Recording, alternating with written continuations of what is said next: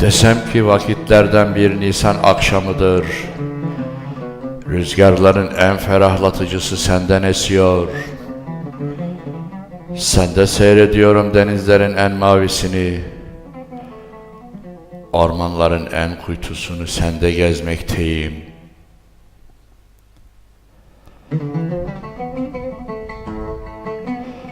Senden kopardım çiçeklerin en solmazını. Toprakların en bereketlisini sende sürdüm. Sende tattım yemişlerin cümlesini.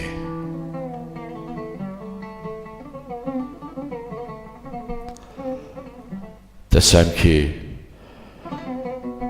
ki sen benim için hava kadar lazım, ekmek kadar mübarek, su gibi aziz bir şeysin. Nimettensin, nimettensin.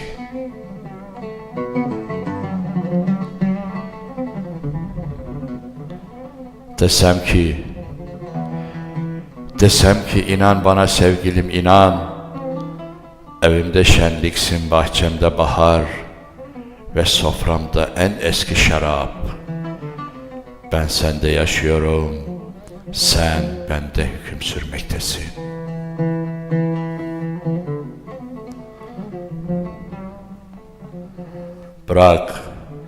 Bırak ben söyleyeyim güzelliğini. Rüzgarlarla, nehirlerle, kuşlarla beraber.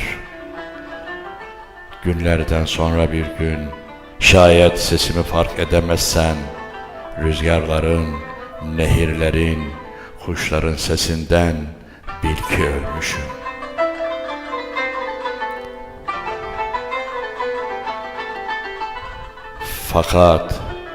Fakat yine üzülme müsterih ol. Kabirde böceklere ezberletirim güzelliğini. Ve neden sonra tekrar duyduğun gün sesimi gök kubbede. Hatırla ki mahşer günüdür. Ortalığa düşmüşüm, seni arıyorum.